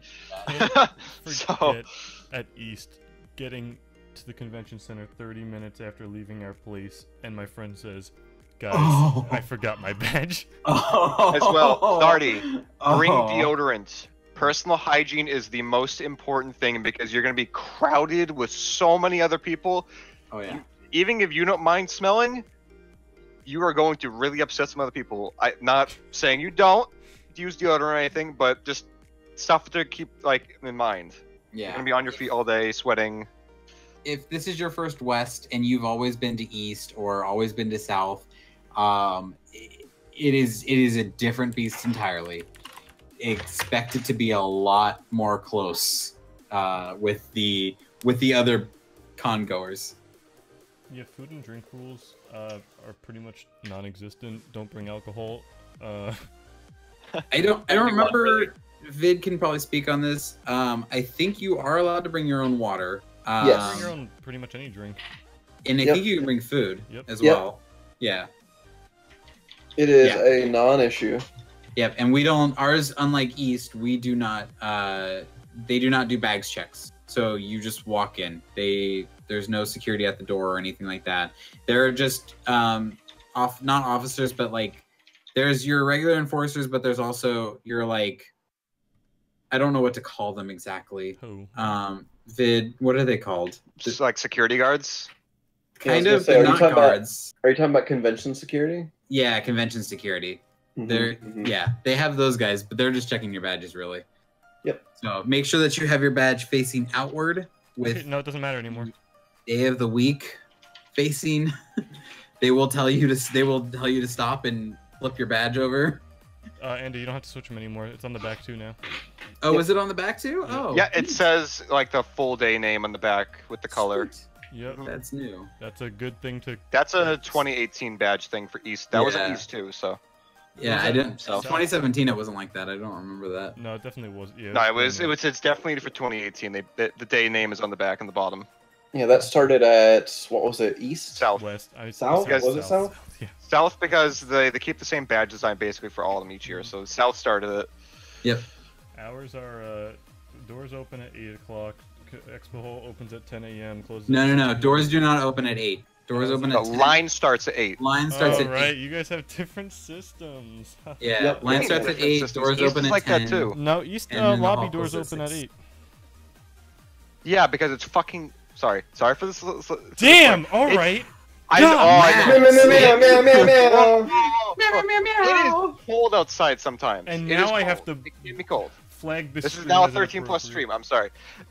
It is sometimes really cold outside at East. That's why they Oh, usually yeah. let in early. Yeah, There is a yeah. reason for But that. like every day I've gone, it's been open at 8 o'clock.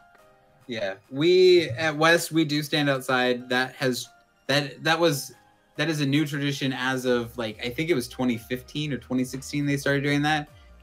The year before that though, there was an actual entrance, a queue room where people stood in, and that's now what is PAX Arena and that whole area over there. It's now an actual more thing. expo.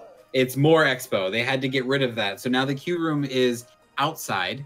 So when you line up at 8 o'clock, you will be outside. So please prepare for that. Bring a light jacket or something like that to stay warm. It's not as cold as East, but Seattle only gets warm until it starts getting warm at like 11, 12 o'clock during the day. So anytime before that is probably going to be also, a little bit colder. Best time to arrive, as said by another user. Yeah, it's completely subjective what you want to do. If you want to literally try to do everything and squeeze every last bit of time in, you're looking at getting there before 7 in the morning. But I think all of us can agree that it's really not worth going that early for most things. Unless you really want to rush a Artifact. booth or artifact, yeah. Valve. Like you'll like I said, if you want to be guaranteed first 200, you'll want to be there around 8 or a little bit before. If you want to be guaranteed like sub 50, 6 o'clock is probably where you're looking at to get in. Temperature. Lucky, Marlene, you missed out this early. Earlier we talked about the temperature. It's September is it starts to get colder, so it'll be a little bit cooler in the morning. It'll get probably around 60, 70 during the day, and then it'll cool down again at night to around 50, 60. Oh. No, 50, 60. It's not cold enough during this time of year to do that. And then the day before, definitely check the weather, or like before you leave, check the weather for Seattle. Pack a rain jacket, something like that, just to prepare. So, stop telling people to rush Artifact. No. Never. Yes, it did rain some years. I think 2017, it rained while we were standing in the queue line. People took cover, took shelter because not many people brought rain jackets because we didn't plan for that. So, yeah, definitely make sure to pack clothes for the weather. Aha, I have found the guidebook, the direct link. Alright, we can use last year's guidebook to go through a few more things. So, Ooh. I have the world map up. Wet nerd. So, Lol, you. Oh, yes, this map. Yep. not everything will Yes. be exactly the same, but a lot of things are going to probably stay similar. Can guarantee that we will still have the annex, we will still have the convention center, the Sheraton will still be there, the Banner Royal Hall, Paramount Theater will never leave. I meant what will be in them. Oh, gotcha. Not the buildings. I don't think the buildings are going anywhere or using them. Banner Royal Hall is going to be the main theater still. Sheraton Hotel is where Sphinx Theater is, and usually also Merch Light. I believe it's Merch Light, right, Vid? Yes, that's Merchlight. Also, I was going to say, do you want to explain how the theater system works? The theater system? The naming let you do it. conventions. I'll let you do it. Okay, all right. So whenever you're looking at a theater name, whether it's on the schedule or on the website or whatever, that is really easy to find where that theater is, because just look at whatever the theater starts with. So if you need to go to Sasquatch Theater, it starts with an S, so it's going to be in the Sheraton. If you needed to go over to Wyvern, that's over in the Westin, stuff like that. The slightly funky exception is the Washington State Convention Center. Just think of it as Convention Center, and that's going to have your Cat Theater. That's going to have your shoot the other C Theater. Oof. Oh, what is the other C Theater? Yeah, I know. Dang it. You got Cat, and then there's... Cat. Oh, I'm not there. I'm not in the right map. Cat. Oh. Oh, I'm still not on the right map. Uh-oh. Oh, I'm in trouble. The point is, you can look at the first letter, and that will guide you to what building you should be at. Yeah. Oh, man, what Oh, is wow, that? I'm lost. I don't know where I cannot believe that I can't remember it. Right. It starts with a C. Yeah. I want to say it's Chimera, but I don't think it was Chimera. Theaters. Oh. Main Theater, Cat Theater, Hippogriff, Hydra, Sandworm, Sasquatch, Sphinx, Wyvern. That's it. Is there not a second theater in the No. WSCC? Not according No. to this. I feel like there was. I feel like there was, but there's not now. Yeah. A lot of the years are also blending together at this point. Right. So yeah, what he said though is yeah, the first letter of the theater name will usually point you to the right place based on the name of the hotel. So like anything that starts with S is going to be Sheraton. Anything that starts with W is going to be at Westin. The only exception to that rule is the main theater, which is at Banner Royal Hall, which is way down to the end of Seattle. I was gonna say they have confirmed that for this year, right? That it's in Benaroya.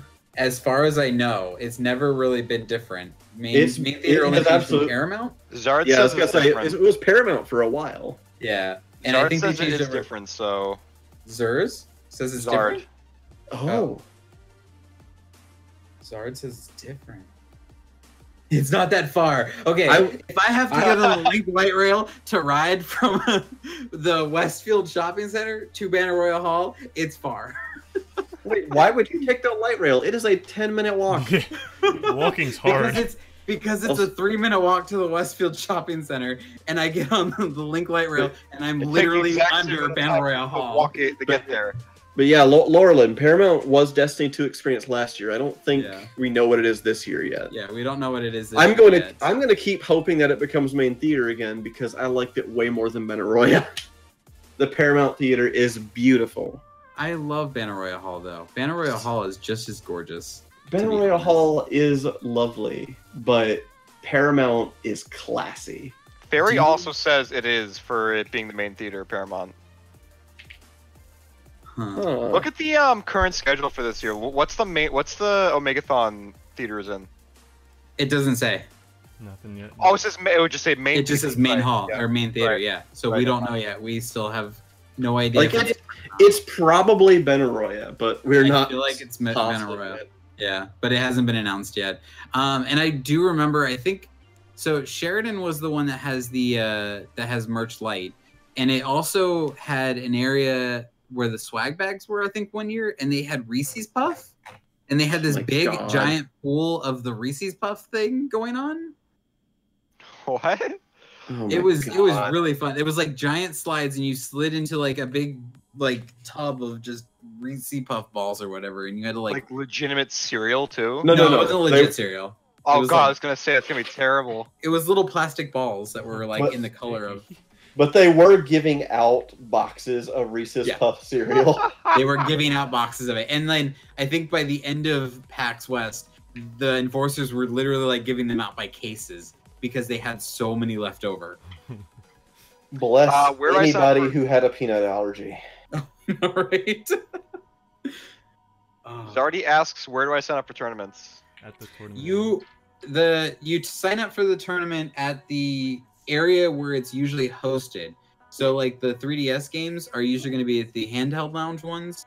Any of the console ones are going to be in the I think the console free play. Yep. Yeah.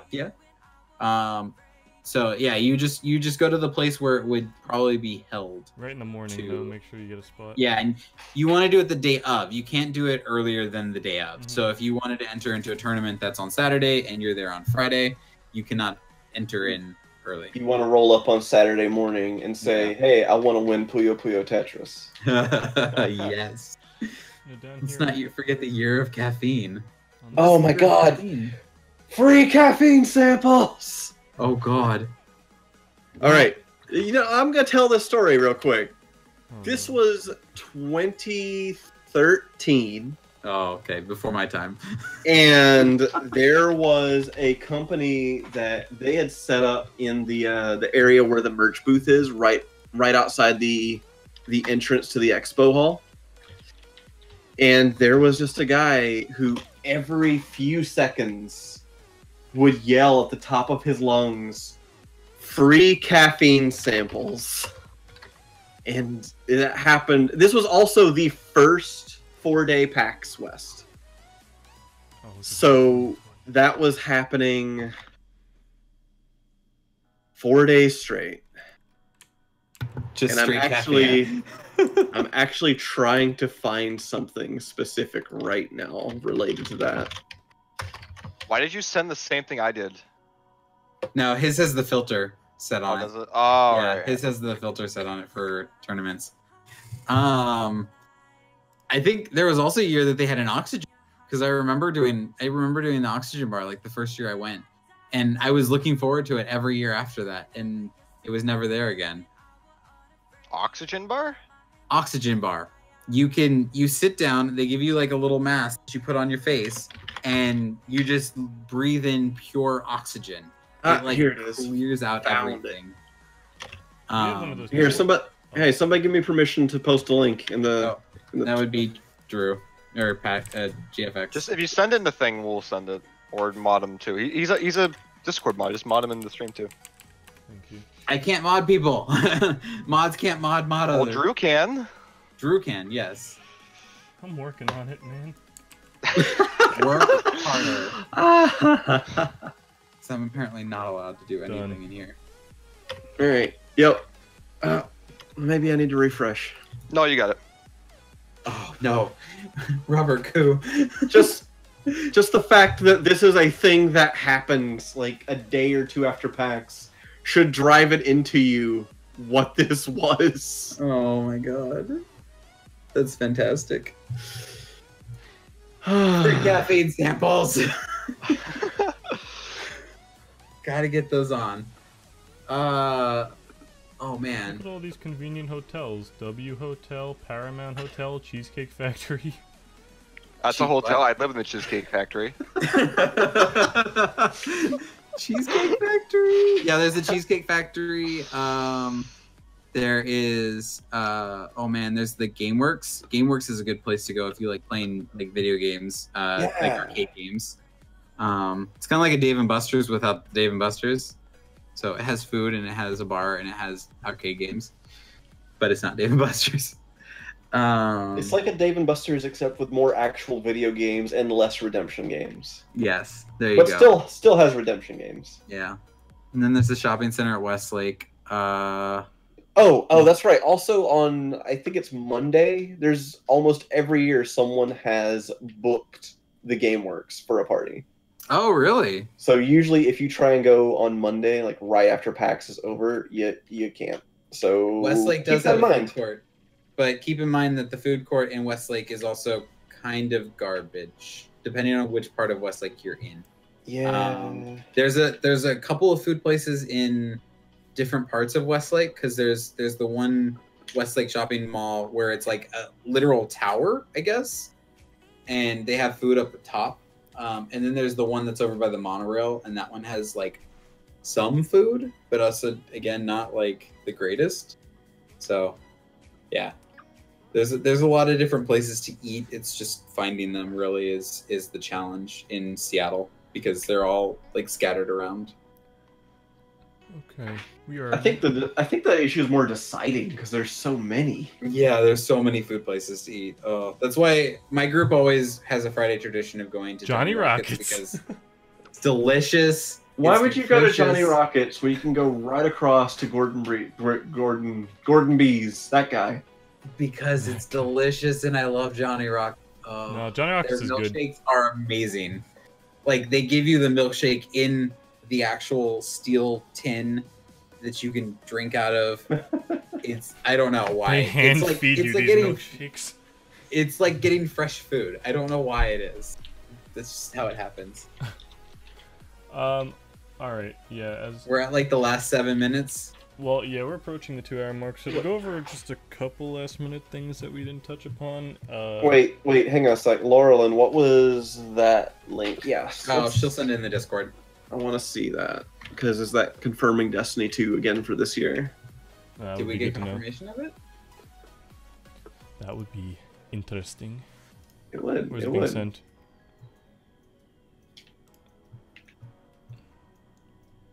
It'd be a good confirmation to have. Oh, there we go. PAX West badge will grant you access to. We don't Destiny plan on. We experience. plan about doing 2 hours. It's probably more 10 or 8. That's 10 a to 8 minutes. 2017 link. Yeah, that's from 2017. Yeah, okay, so that's still unconfirmed. Okay. But yeah, that's usually what it is, though, is that anything in the Paramount Theater does require your badge to get in. 12-hour stream. Marlene, please. No. I don't want to be here until the morning, please. I know. Don't right? lock me in the closet with them. So if you guys want merch, I highly recommend doing that day one that you get there, whatever day that might be. First thing in, well, if you're showing up on Friday or Saturday, it's not as urgent. But if you want like limited items or different weird sizes for t-shirts, I shouldn't say weird, but like less common sizes for shirts and jackets, you'll want to do that quick. Those can sell out. If you want the limited edition pin, you want to be there first thing. Oh god, yeah. 1,500 a day is the allotment, right? I Something think it's like that. 500 a day.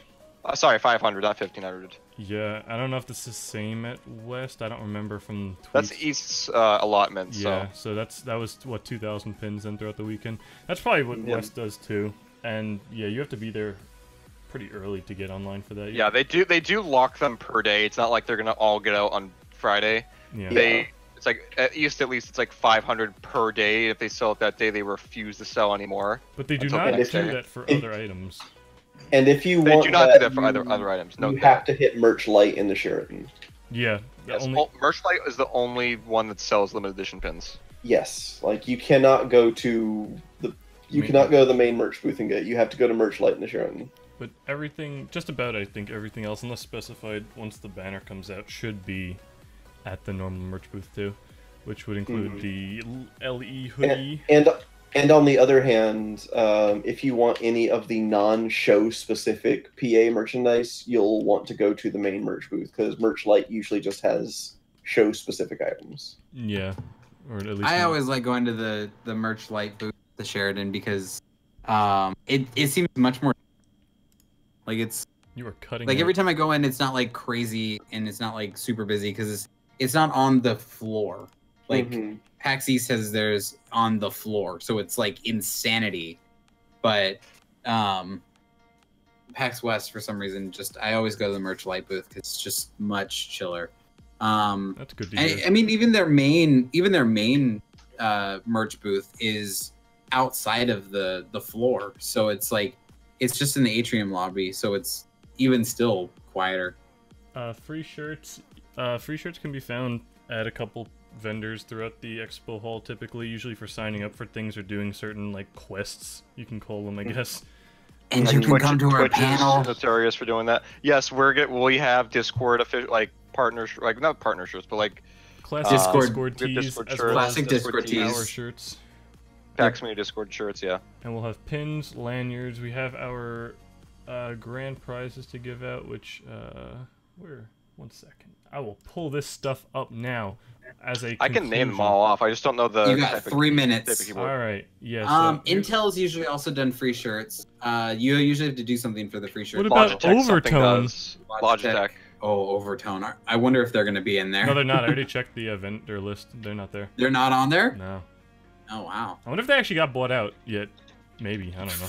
Discord surely didn't buy them out. I got an email from them about how they're still, pushing updates. Yeah, as did I, yeah. So, gotta do it for the free shirt. Right.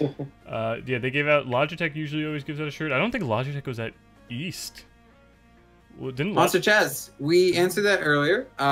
We recommend doing both. Booths will accept cards, but because of the Wi-Fi, not all booths though. Not all booths will. Yeah, not all booths will accept cards. But if they do accept cards, you're also going to be fighting the Wi-Fi. So it's better to bring cash as a backup. But you can definitely bring your card for like going to a restaurant or going out to eat or something like that. And even in an ideal world where all of the Wi-Fi works and all the merchant booths accept your card and everything's fine, you should still bring cash because at some point you're going to encounter the Cookie Brigade. Oh yeah. Oh yeah. We should over Cookie Brigade, did we? You should donate to them, and they will give you some cookies. And they go. You do not require the donate, but if you do donate, all donations go to Child's Play charity. Yes. Yep. They are fantastic, amazing, and friendly reminder for anybody looking for the Brigade: you can tweet at them while you're at PAX, and they will come find you. You can tell them where you are, and they will try to find you. Yeah, if they're they came to our panel East last year because I believe I tweeted them out. I said, "Hey, somebody tweeted them out." I think it might be yours. I can't remember though. Yeah, somebody tweeted them out while we were in the panel, and they showed up, and everyone's like, "Cookie." We literally turned attention from the panel. And we're like, "Hey, everyone, go give a round of applause for like the Cookie Brigade because they honestly deserve all their praise." Yeah, Cookie Brigade are amazing people. They work so hard. They are also they also accept volunteers constantly every year. So if you are a baker or you just want to bake cookies, you can definitely sign up and work and do the Cookie Brigade. It's definitely right. Like it's so worth it. Like the feeling of just like giving out cookies and getting donations for Child's Play. Such a good charity. Yep. And if you need a recommendation on what cookie you should have, I highly recommend the peanut butter sriracha. Wow. It sounds like a joke. I'm totally serious. They are fantastic. Is that person the person that's baking them? Are they going to be at West? They are always at West, and there's always a big batch of them because it's one of those things where somebody tries one and then they tell their buddy to try one, and suddenly they're gone. Right. Because they become a popular thing. Yeah. Oh, Cookie Brigade, so great. Oh, can't believe that we didn't rep them at the beginning. Okay. All right, we are at the end. We're at the end of our stream. Is there any final questions before we go on to our closing things, just so we don't miss anyone? Yep. I think everyone is questioned out. Well, wait for chat to catch up though, because stream is delay. Stream delay. Yeah. Woo-hoo. I wish that there was like an activity monitor so you can see like who's typing. Yeah. Yeah. That'd be a little chaotic in a couple thousand viewer stream. Yeah, I think question-wise, we're good. Just a few resources before we go. If anyone's interested in collecting pins or other various merch, the PA store, I have this pulled up now. I want someone to go get these. You guys will see it in a sec. These Kemper set. I saw the Pride set and I was like, oh, I love the Pride set. No, They're so good. Someone's got to get these socks to make me. Oh yeah. I'm also gonna to post in the chat the PAX West FAQ page. That's a very good resource for some like very common questions Mhm. that you may have. In fact, it's also on the resources page on the main entrance hall. Mm. Oh well, I think are there new? I haven't seen some of these before.